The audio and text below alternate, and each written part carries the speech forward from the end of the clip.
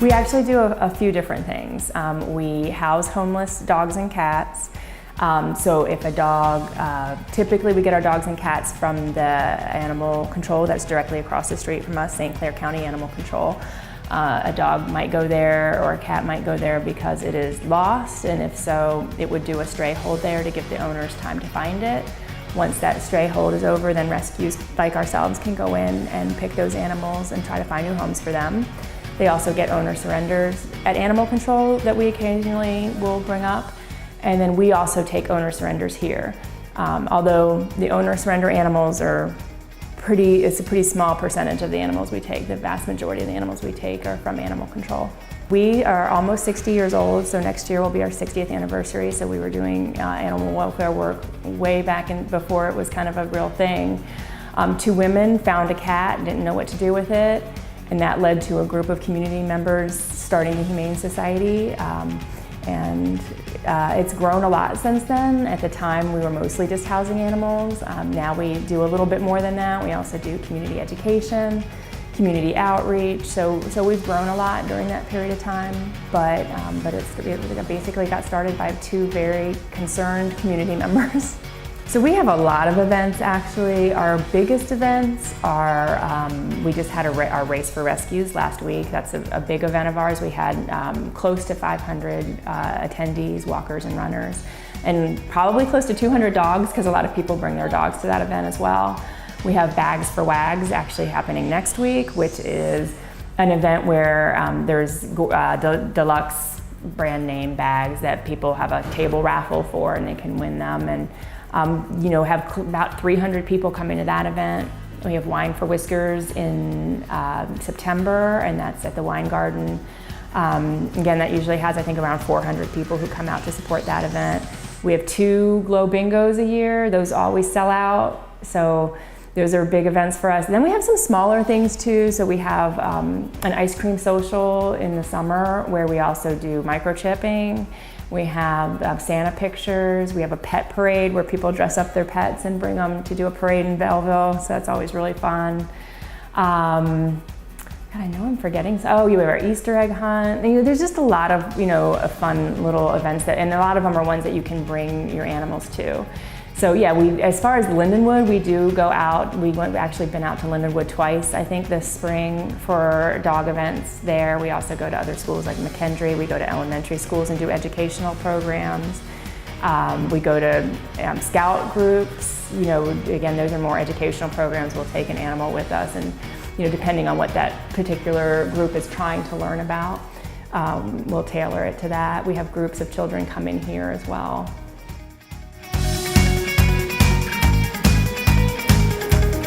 Working here has been life-changing for me. It really has been. We see sometimes the best and the worst in people. You see these animals that need so much from us, and that we, as humans, we have a responsibility to them.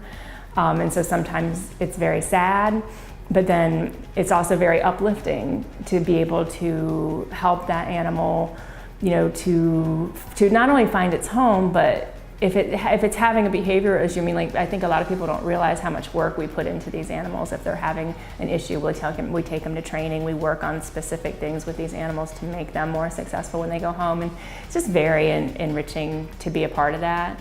I personally have started fostering in the last year or so, and bringing the animals to my home, and helping them to really adjust to learning how to live in a house. It's amazing.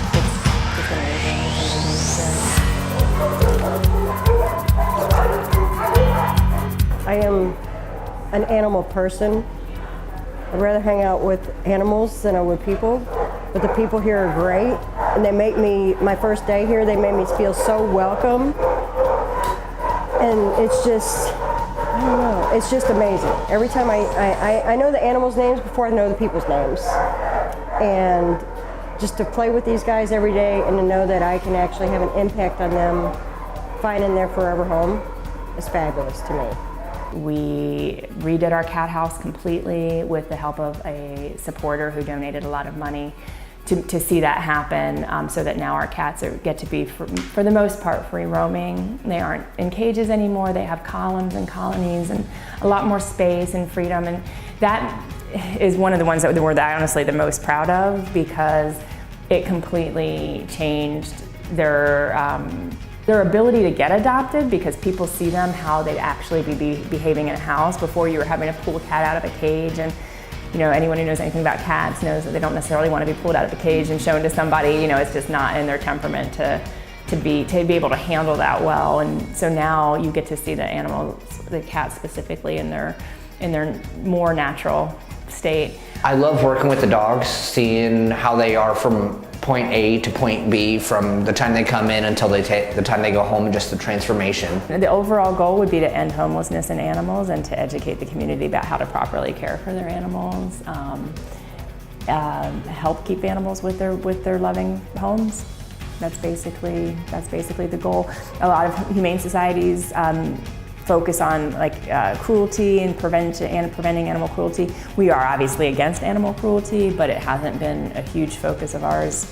As far as our mission goes, we are directly across from animal control, and they have humane investigators, and they have the legal backing. We're not a legal entity as far as we don't have any legal right to go into someone's house and take their animal. So there's, while we try to educate about treating animals correctly, it's not something that we can actually, we can't go to someone's house and take an animal away from them.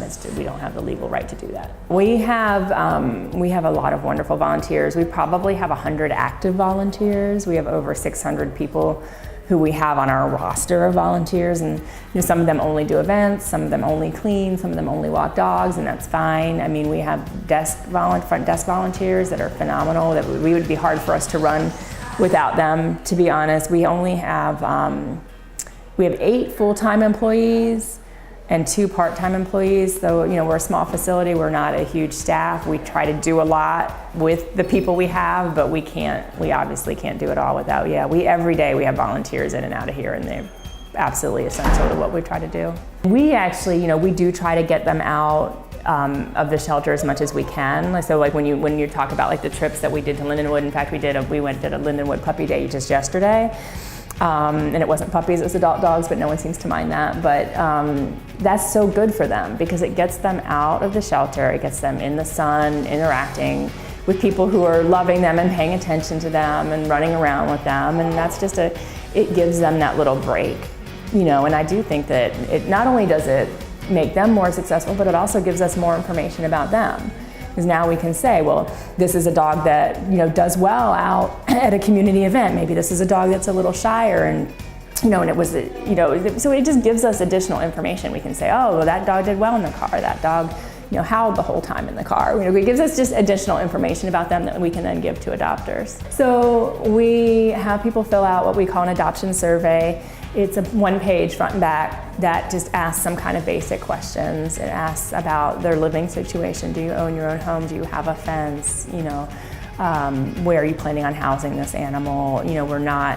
We will adopt out occasionally outdoor animals if we have one that's appropriate for a farm or something like that. But in general, we are expecting our animals to be companion animals. So we're wanting to ask questions to ensure that they're going to be living in an appropriate space.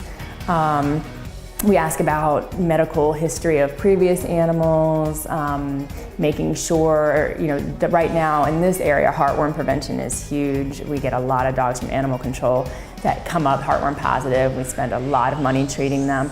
So, we're gonna ask, are you gonna use heartworm prevention? What of heartworm prevention? Are you gonna reuse that kind of thing? Just some kind of basic questions. Like I said, it's 1 page, front and back. If landlords need to be called, we're going to call landlords. If vets need to be called, we ask people to bring vet records. It makes it a lot easier for us. If you have a pet, just go ahead and bring your vet records. And then, as long as everything looks good on that, and again, it's not even like a judging situation. If someone gives an answer that we're a little iffy about, then we'll just ask them questions about it. Well, why are you planning on having this dog outside? Or, why didn't you get heartworm prevention for your last animal, or whatever it is, and just try to have a conversation with them about why we think those things are important. Like I said, we're just trying to make sure that when they leave the shelter, they're going to a home where they're going to be well cared for. And then, you know, if everything gets if we check the landlord, we check everything, then at that point you can adopt.